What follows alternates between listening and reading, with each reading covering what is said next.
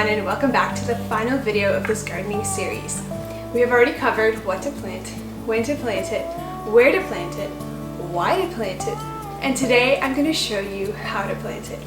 We're going to cover starting your seeds indoors, how to transplant seedlings that you've already started indoors to outdoors, and then I'm also going to show you how to direct sow right into your garden. And I'm so excited to show you because this is where we actually get started on our gardening for this gardening season. Alright, so we're going to start with planting your peppers indoors, and the first thing that I want to talk about is what kind of containers you could use. Now I've used anything from plastic containers with holes at the bottom like a yogurt container, or all the way to paper pots that I rolled with newspaper. Actually it was kind of like a brown paper.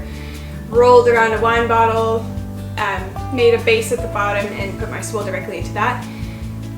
Both of those are great options if you're just starting out. Nothing wrong with that, and they'll do just fine. But I felt like we are going to be gardening for many years, hopefully, and so I felt it alright to be investing in some seed pots that I could just reuse each year. I know they're durable, I know they're sturdy, and I can move them around without worrying about plants falling over or mold and things like that. So I purchased some of these wonderful pots from the Bootstrap Farmer. I'm going to be starting our peppers in these pots today. That should hold up for a little while. They do take a while to grow. And then I've got these pots for my tomato plants later in the season because they're indoors for quite a while and they do get kind of big in here. So these are some great and sturdy pots. Now I've also bought from them a cell tray like this, which has holes at the bottom, and I'll probably be starting our flowers in here because they take also a bit longer to mature, and by the time that I plant them out they'll be at a good size to still be in this, so I don't have to worry too much about potting them up. So this is a good start for the flowers, and they've also got various other sizes with thicker holes. And basically what you would do is put this tray right into this big tray so that you can let the water drain out of the bottom into that tray, or I like to add some water directly into this tray, and then I am bottom watering, which is basically letting the roots as they grow out of these holes soak up the water themselves from the base of this tray. Now this green tray is also really good for stacking all these little pots in here, so for my pepper plants this is what I'll be doing. And so I just ordered a whole lot of these, and I use them for many other things than gardening, but they're great for being able to transport things around and hold my seeds while they are growing in here. Next I want to tell you about the kind of soil that I use to start my indoor seedlings. Really, it can be any kind of potting soil that is recommended for starting seeds or vegetables or flowers. Any of that will be fine. As long as you're not using soil from your forest, it should be alright. You also don't want to be using soil that is completely dried out. You can just see there's no life in it. It has sat for months or years opened and totally dried out. It would probably be dry of nutrients as well, so don't use that. You want to be using fresh, nice soil, just like I have here. Now we use the Sunshine Grow Mix. I think it's Mix 4, and it's just a great mixture of peat moss and vermiculite, which helps the water process through the soil and not harbor too much moisture in there and bring around mold and things like that. It's just overall a really good soil, but you could use anything that is recommended for vegetables or flowers or any kind of potting mix. Alright, so we've covered what containers you could use and what soil to use. Next is your seeds. Now, I keep my seeds in these little Ziploc bags, just sorted by kind. Now we buy most of our seeds from Baker Creek in America. We're in Canada, they're in America. And they come really highly recommended, and I've had lots of success with their seeds, and truly I just love what they stand for, and preserving all these heirloom seeds that have grown for many years and letting us use them again today. I find that very special. So no real particular reason, but you could just Google any kind of seed company in your area. I also have a couple of seeds from West Coast Seeds, which is our local seed company. But there are so many and you can't really go wrong, but you do want to be wise in looking at the prices before you buy anything and seeing how many seeds you're getting for your buck. Worthwhile. So I'm quickly going to read to you all the varieties that we're going to be planting this year, just because they're really exciting to look at and I can't wait. So we're doing the mini bell peppers, the sheep nose pimento, as well as the Luschauer. Oh, I should have said that. I'm probably going to mispronounce some of these, but I'm going to give it my best shot. The Luschauer paprika pepper, which is going to be really good for drying and making paprika, so I'm excited for that. Sugar Rush peach pepper. Okay, now this one, oh, have grace with me. Quadrato d'Asti Rosso. Narapeno Cubanelle, which is, oh guys, this was so good last year and actually grew so well. Definitely a favorite. Orange bell pepper and the King of the North. 1, 2, 3, 4, 5, 6, 9. Should have gotten one more and we'd be at 10. So those are the pepper plants that I'm going to be starting today. Once I have these planted, you want to put them anywhere in your house where there's a lot of sunlight. So keep an eye, directly in front of a window may be a good idea. Don't put it too close if your windows are getting frosty. But I've also found just somewhere on the ground, kind of back away from the window, lets a lot of direct light from above in. You can think of something like that.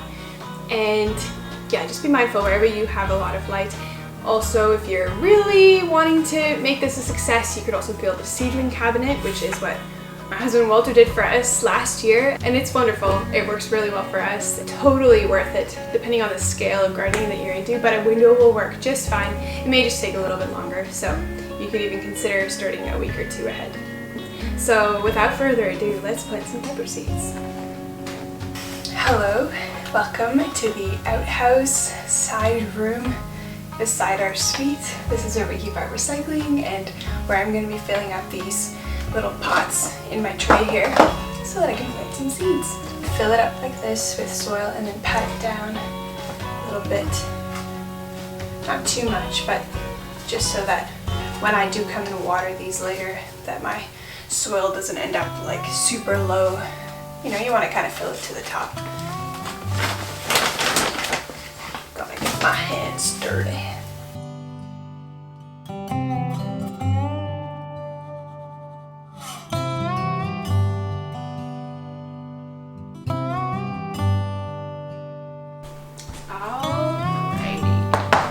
Ready.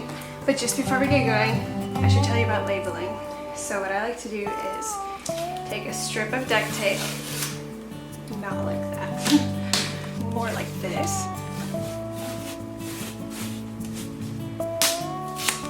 and just tape it on the side of my tray so that I can label what I am planting where. Now we checked. I have 9 varieties of peppers. And I have 8 rows here, I think. 1, 2, 3, 4, 5, 6, 7, 8. So one of these I'll have to share on.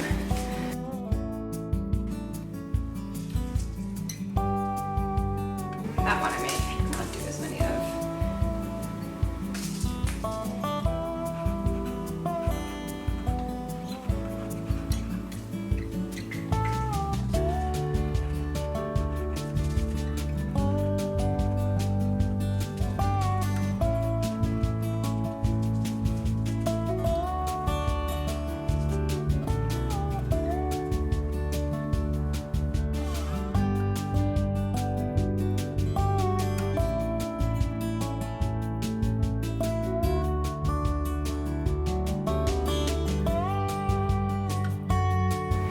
Now I'm going to be planting 2 of these seeds in every pot just to be sure that if one doesn't come up, I've got a backup.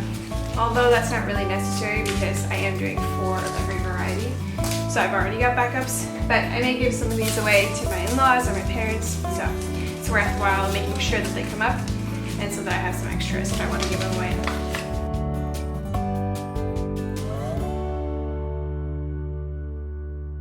Now you'll see that I'm just throwing these seeds right into the soil here and then I'll come by and cover them all afterwards.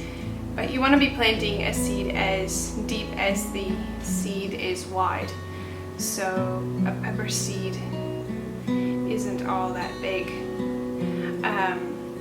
So I'm kind of just like slightly plopping it at the top of the soil, not very deep at all. In comparison to a corn or a bean, you can imagine that's a pretty thick seed, and that will go much deeper into the ground.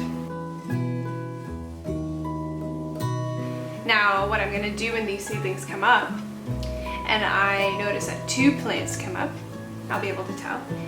I'm going to take my scissors and snip one, because you wouldn't really want 2 plants competing with each other this closely in proximity. That way it's going to have all the time while it's waiting to go outside to use all of the soil to itself and not to share.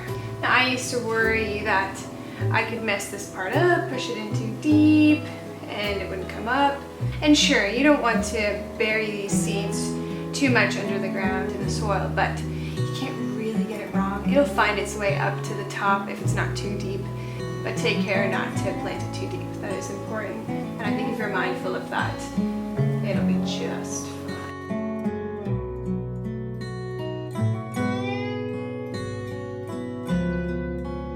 Alright, now they are all in there nicely. And I'm just going to give it a light drizzle of water here at my sink so that I know it's really nicely in the soil.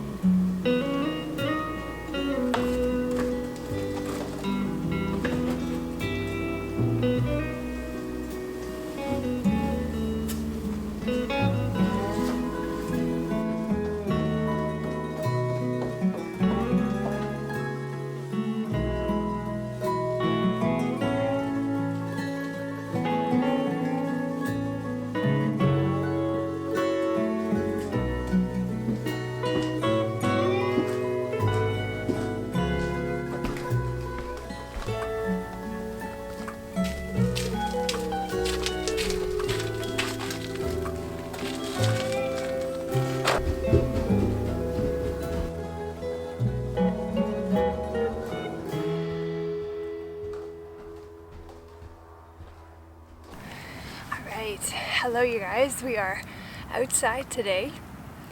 This is a very exciting day to be out in the garden for the first time, actually ready to plant some stuff. We topped up the beds with some new compost earlier this weekend, and so today it is ready to plant some seeds, as well as transplanting some of those seedlings that I started indoors a little while ago. Now I'm going to take a risk today and plant some stuff that you wouldn't plant now. And that is because my plan is to cover it with a plastic sheet just to sort of act as a greenhouse and maybe heat up the soil a little bit and see if things will germinate early. Now, if you're just starting out, follow the rules, but at the same time, it's okay to experiment sometimes. And it seems like we're having an earlier spring this year, and so I'm definitely all for experimenting. And then if these seeds don't come up, I'm going to be planting again on the day that I'm supposed to, so it's totally worth it for me. And the audio may get a little distorted because we've got some wind today, and this is really telling of the seasons to me, the wind. I've really been observing seasons changing, and I find that the wind is a really telling factor. Like when our summer was changing into fall, I could tell that it was like that heat was just blowing away by the winds. It really does take it kind of from one season and blow it away. So I feel like our winter is blowing away and spring is soon to be here. So let's get planting. I'm going to flatten out some beds a little bit first, and then I'll show you how I direct seed some of our seeds directly into our garden beds. Come on.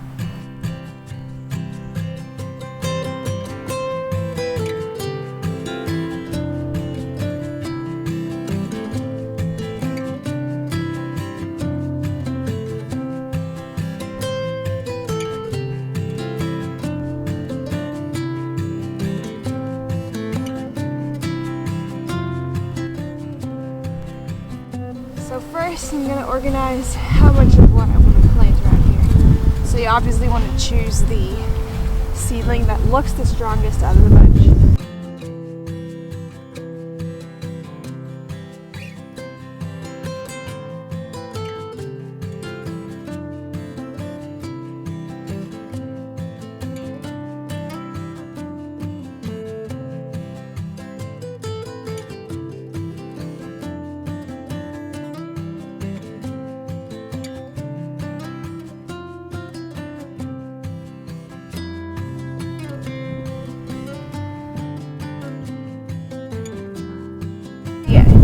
Because it will squeeze the edges of the container. And now I've got a root system down here that I want to be very careful to preserve as much as I can. So loosen up the swirl by squeezing and then kind of turn it upside down and pat, pat, pat. It'll kind of come loose, as you can see here. It's loose from its bottom now. Careful with these roots coming out. You can touch the stem and very lightly pull out, but see how much of it will fall right into your hand.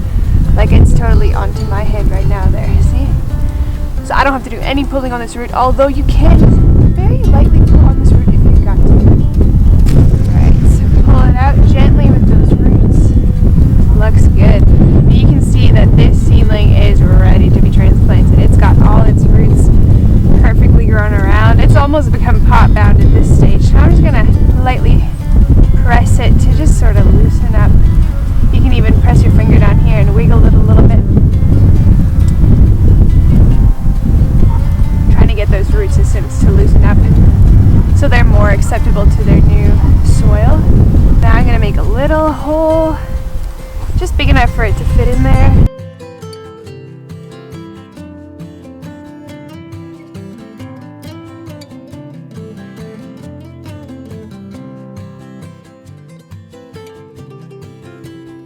Then I'm just going to pat the soil around this seedling, press down a little bit just to make sure that it's making contact.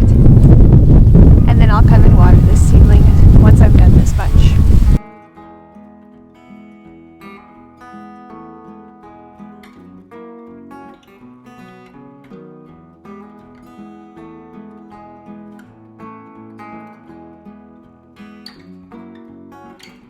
And now for a quick tutorial on how I direct sow.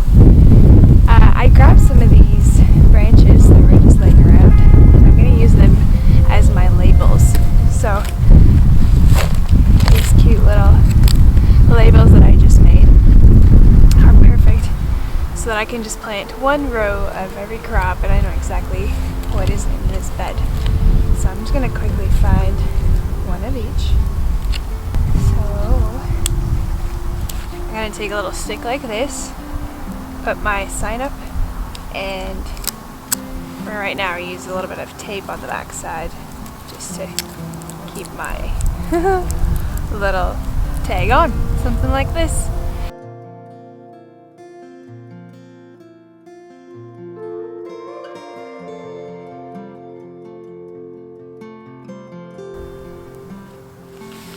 So a good way that I know how deep to plant a seed is that I'll look at the size of it and I know to plant it about twice as deep.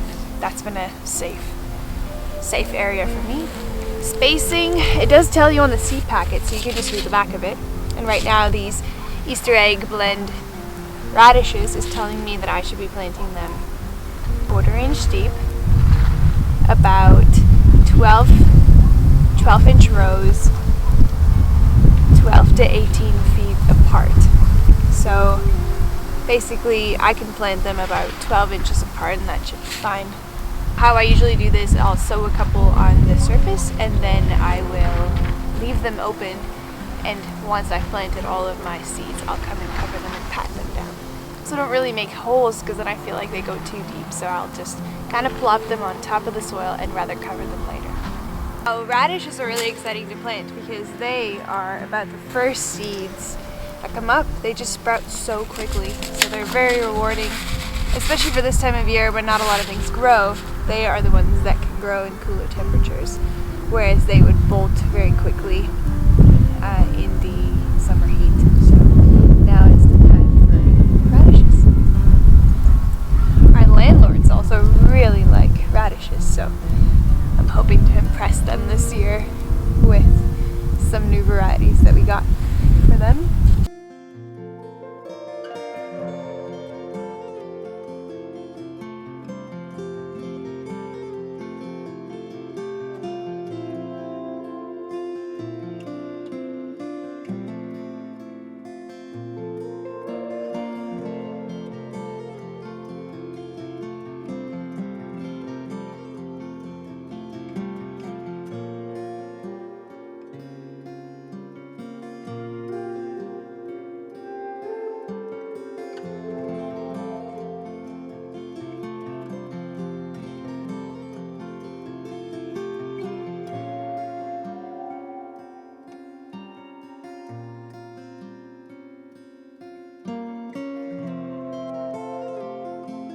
Thank you so much for joining me through this gardening series.